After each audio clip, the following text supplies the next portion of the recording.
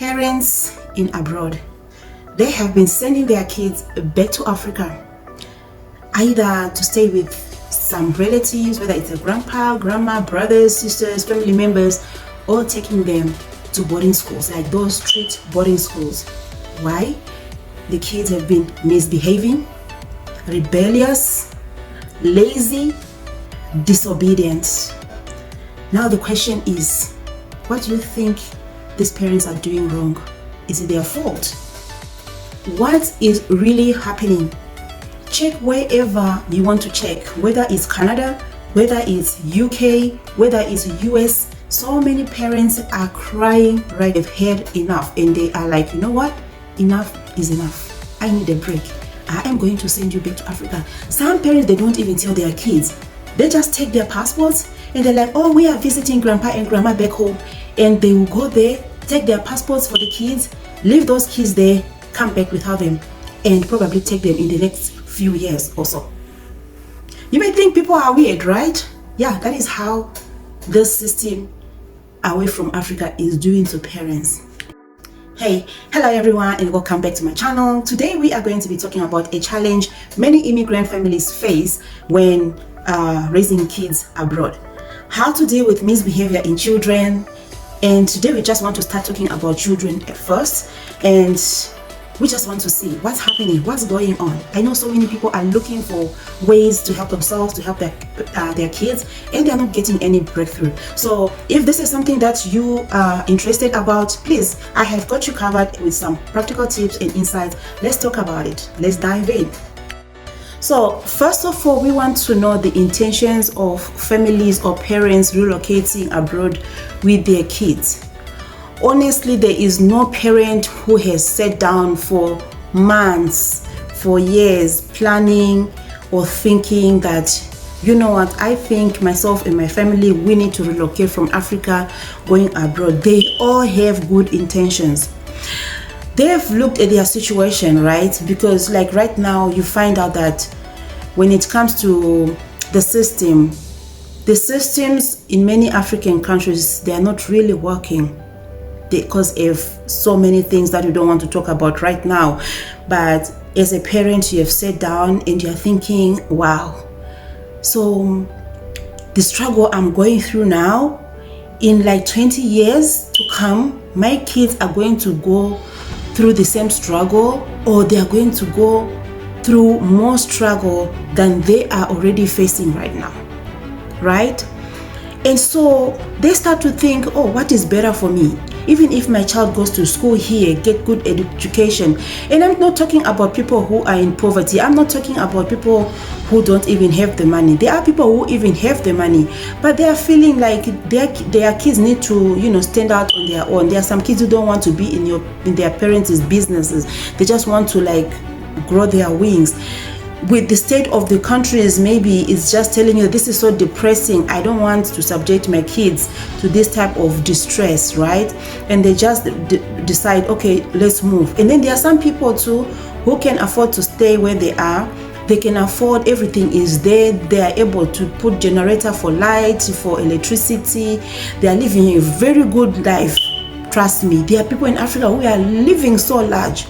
But then there are some people who decided to relocate because they have their own personal reasons, and we don't want to be judging each other. Why do you need to leave Africa? Everybody has their own. Now, first of all, we want to talk about the challenges that we all faced. Relocating is never easy, guys. Not to talk about just relocating in the same country. You can relocate even just from one house to go and rent at another house. Leave one room to go and look for another room in another city. It's so stressful, because you need to pack out everything that you've known from that house, and now you're going to start a new life in another house, in the new community, new neighbors, new everything, new streets, new whatever. Imagine now, we are relocating from one country, not within Africa, because obviously we know that our cultural values, they are different. The way we live in Africa, probably the whole of Africa, we share almost the same values. But now you are relocating from Africa to European countries, to North America, so wherever outside your continent. In the last video, I was talking about how in Africa, a community to raise a child, right? And so you have everybody around you. These kids have friends all over, their neighbors. They wake up to see faces, they chat, they talk, they go together to the grocery shop, they walk around, they do homework together, they go to the libraries together. They can actually, your friends can come to your house, spend time with you, watch TV, do so many extra activities. They already have this type of life where they are surrounded by people everywhere. It's easy for your neighbor to correct your child and they will listen. It's easy for a stranger on the street to correct your child if they're doing something wrong and they listen. Now you are taking them to a country, to a continent where the cultural values are different. Now, how are they different? I am going to talk about Canada because I am in Canada. So now we have taken these kids from their comfortable environments, fly all the way. It's exciting, of course. They're like, oh, my child is going to enjoy school because now they are learning in a different type of school, with different type of kids and all that. But we are forgetting that these kids are going to go through a lot of struggles, a lot of challenges at school with friends. Do you know that even back home in Africa, being a new student is hard? Before you start making friends, it's really hard. Before they say, oh, this one is a new student from so and so, people will just be looking at you, trying to test the water. Some will try and bully you, and some will just come and be like your friends and try to hang out with you. But it's going to take time as well. Now these kids are here and they are going to meet people of different cultures. With all these different cultures, there are systems in schools which are put in place by each country about kids, which don't apply when it's back home. It's really, really important for us as immigrant parents to understand that where we are coming from and where we are right now are two different continents, two different places, two different systems. What may be acceptable back in Africa is not acceptable here. We need to understand it's not about us. We are the ones who bring these kids here. And now we are here, we need to abide by what they say is allowed. If not, I don't know if you know this, but here in Canada, once the government knows about your kids, let's say you are a citizen, you are a permanent resident, you are applying for asylum, let's say for refugee, your kids becomes government's kid. Every month, the government is going to give you money to take care of their kids. You as a parent, you are going to take care of these kids. And let me tell you, the law for Canada when it comes to kids is not the law of Zimbabwe, it's not the law of Nigeria, it's not the law of South Africa. No, it is their own law for protection of their kids. What do I mean? Remember now that the first thing that we do when we come is to start looking for schools for our kids. Now our kids here in Canada, they start from age of 6 going up. They don't start before. If it's before, they go to daycares, whatever. But age 6 going, they start their grade 1 and stuff. So that is why they are more behind when it comes to academical stuff, because they start late. But to them, it's like they don't want to stress the kids, or they can't. There's a time that they will be learning this, they'll be learning that. This age is not for learning this. This age is, we don't want to stress the kids. Okay, you have now put your kids in school, but he has to force you to do something. If you say you don't want to do it, you don't want to do it. That is in school. And now you as an immigrant parents in the house, there's nothing like that. You said you don't want to do what? What do you mean you don't want to do this? What do you mean you don't feel like doing this? Right? The next thing, where is my belt? Right? You will listen today. We start shouting, we start screaming, we start doing anything that you want to do. Back in Africa, yes, you can go, or you can do anything. There are parents who do it. We do it because we want to correct a child, right? Even us growing up, it's the belt that we know for us to listen, right? If it's a shoe, a slipper, a broom, a this, a that is what was used to correct us. And that is what we grew up thinking is the right way to correct kids. But here, that is a no-no. Guys, let me just read for you something from a website for Canadian of how to discipline a child. Parents, caregivers can only use corrective force or physical punishment that is minor. Example, spanking or slapping a child hard enough that it leaves a mark or bruise will not be considered minor and will not be reasonable. Okay? Same as teachers They are not supposed to use any physical punishment for any circumstances. Back home may say, oh, go and do this physical punishment, right? Go and cut the grass when you do something wrong. Go and do this, go and do that. It doesn't apply here, guys. It doesn't apply here. The only thing that people here they can do here is to remove the child from the classroom, take them to a quiet room. If they are going through something, emotions or whatsoever, you leave them there. And you have a child who is misbehaving, go in the naughty corner, go to the naughty corner and have a time out. Have this, have that. Yeah, I know. Back home, that won't work. We don't know about that. We are transitioning. Back home, punishment comes in all sorts of forms. You can punish a child with anything. And so many parents, they punish their kids when they are angry. We do that as well. When you are angry, you're like, hey, anything. You'll be shouting, you'll be screaming. Anything that you get, whatever you get, even if it's a slap, I don't care. I don't care even if you... That shouting and everything, you do it in Africa, not here. Things like using belts or rulers must never be used on a child. And the child must never be hit or slapped on the face or head. How many of you will say, I never did this to my child? How many? I'm not saying everybody has done it, but growing up, this happened to us, right? You are naughty, you did something, the next thing is a slap. So I know there are some parents out there who will be like, rubbish.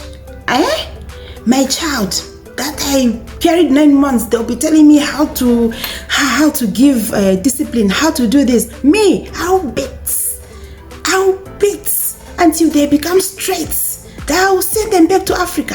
I will do this. Never. I'm the one who brought them here. The government will not tell me how to take care of my child. There are some parents who are like that because our mentality is beating is the only solution to have our children to listen to us. Now, you'll be surprised to know that in Canada, it is very, very illegal to spank a child. Yeah? Very, very illegal. Because spanking is a form of physical punishment. And to them, no, you cannot beat. No, it's not. You cannot spank a child. To the government, spanking a child is not an effective way to manage a child's behavior and can be harmful. So you can go to jail for that. So what they do is they tell you how to discipline your child. If not, the social welfare will just, take your child away. And that's it. Or you can be given a warning. And I know that some people will say, yeah, how will they know that? Hey, that child will be so, why would the child go to school and start talking about what's happening in our house? These children talk. By the way, don't forget that a school is when these teachers get information of what's happening in your home. They don't come and start asking straight what's happening. So what they do is they don't just come and start asking questions. They have a way of asking, they have a way of getting information. Any small thing they will ask. Before you know it, it has become a big thing. Oh, so what did you do last weekend? Oh, did you do anything naughty? Did you get any punishment? Oh, what happened? Oh, how did they punish you? And the child will start talking, and to them, they're just being very, very innocent, not knowing that information is going in. Information is being noted down. Not that they'll do it every day, but trust me, they have a way of knowing what's happening in your home through your kids. Now, you are a stranger in somebody's country and you have to obey their laws because you came to their country. They didn't come to your own. You are the one who followed them here. So whatever the rules they put for their kids, they put it there for a reason. You have other parents who are using like substances, right? So like they are not their normal selves when they're doing this. They are maybe high or they are going through stress. They can't manage stress. They can't manage postpartum depression, so that it was fine for them to put all this in place to protect the kids. So their intentions is not bad, but it's because of what have been happening. That is why they continue to do it. Now hear me out. Us coming from the other side of the world, to us disciplining with a belt or with whatever the way we do, our intention is not to hurt. Our intention is to follow what the Bible says. Use the rod on a child, right?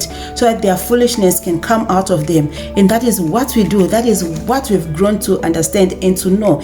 And we continue to carry that. But now there is now a difference that now you are here. Whatever we've learned from afar, we need to be discreet about how we do it. Because remember, I told you that at schools, these kids are fond of opening information, and before you know it,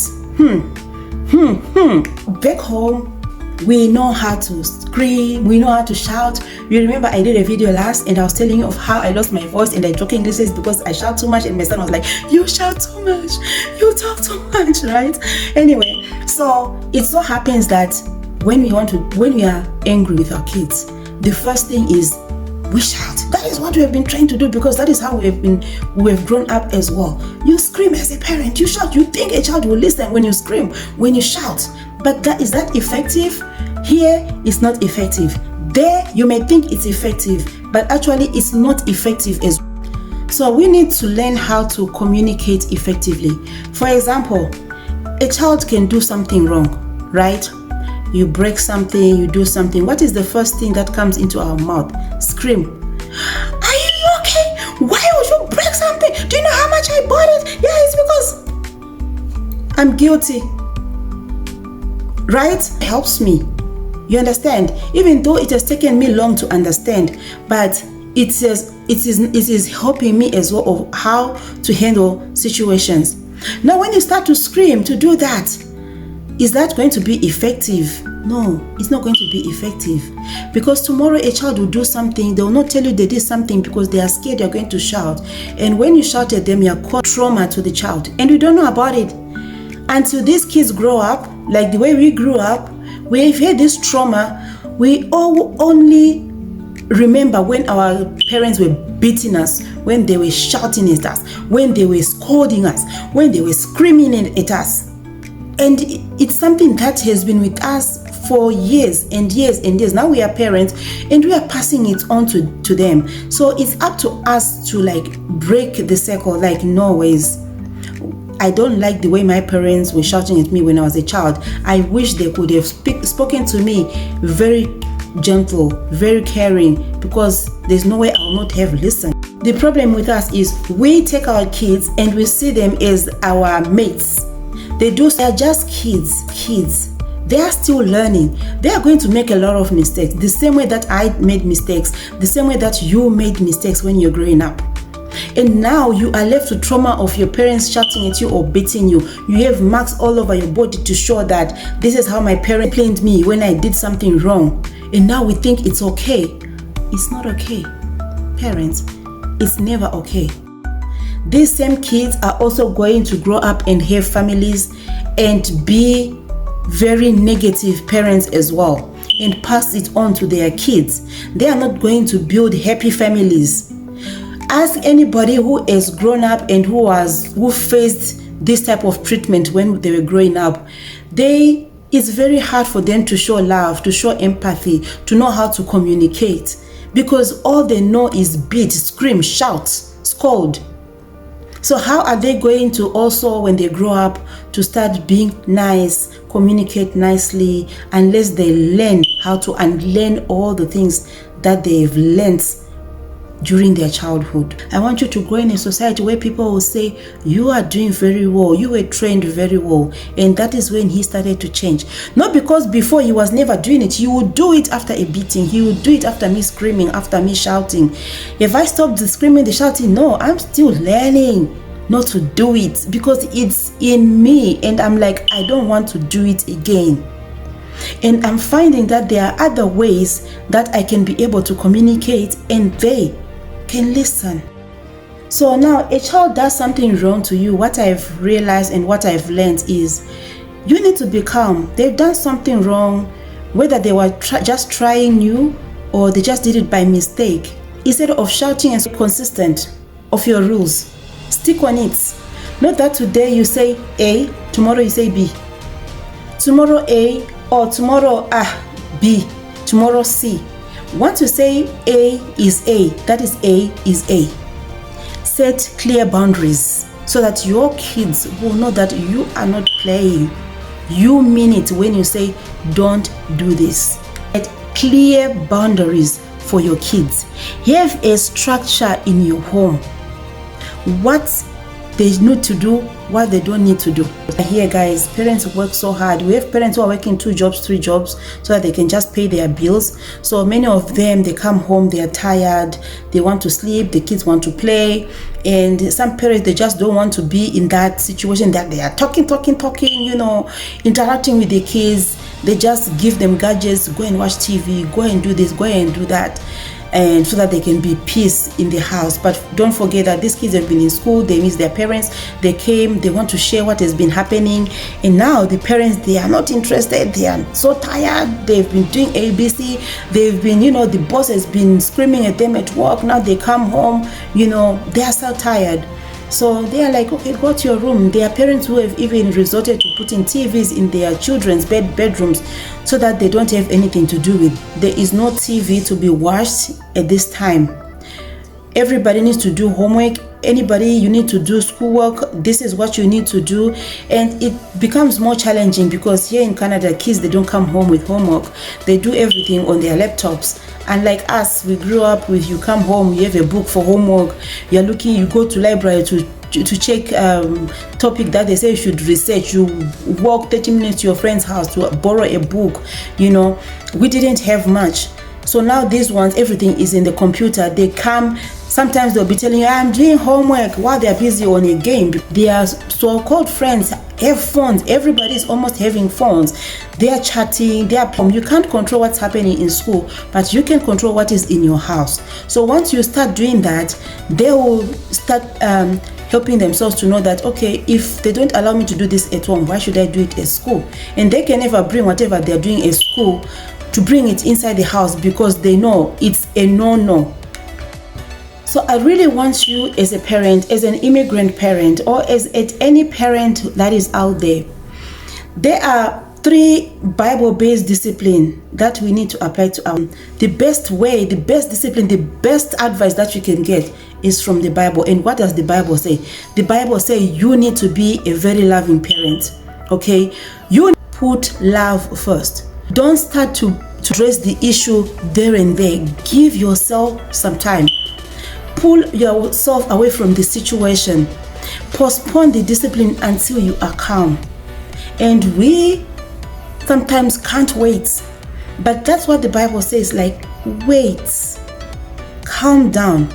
Because when you are angry, you do things you regret. Open communication with our kids. Have your kids be very free with you as a parent. They are coming to you, they want to talk to you, have that open discussion.